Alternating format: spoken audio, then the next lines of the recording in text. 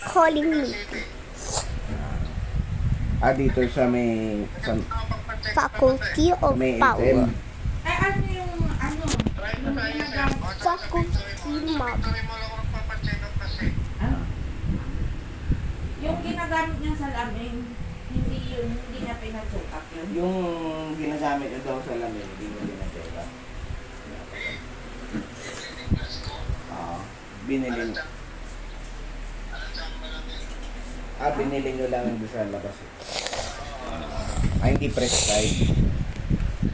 Hindi sa prescription glasses. Ito kasi si Dian, kanina medyo parang blurred yung mata tapos namuti daw yung paningin niya sa kaliwang mata Ngayon sumasakit yung ulo. Nagkaganyan din ako na parang nag-cloudy. Hindi ko alam Eto, para masabi sa inyo ni Dian nakaramdaman niya.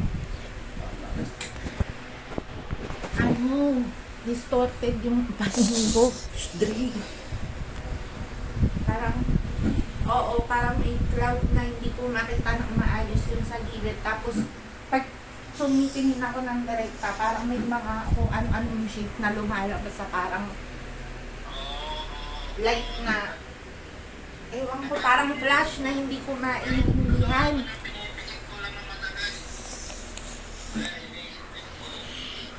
Sakit. Tapos, kakakontrol ko, sumakit na yung ulo ko, ang sakit.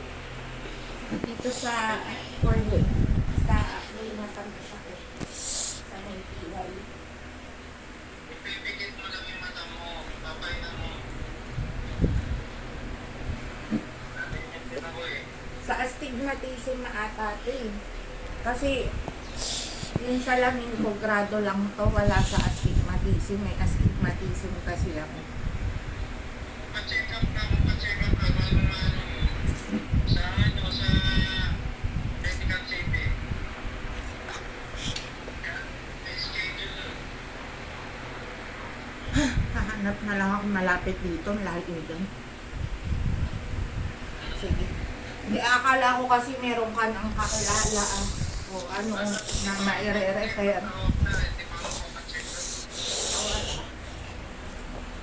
A Pure Academy, classmates of DK and Kinder Precious.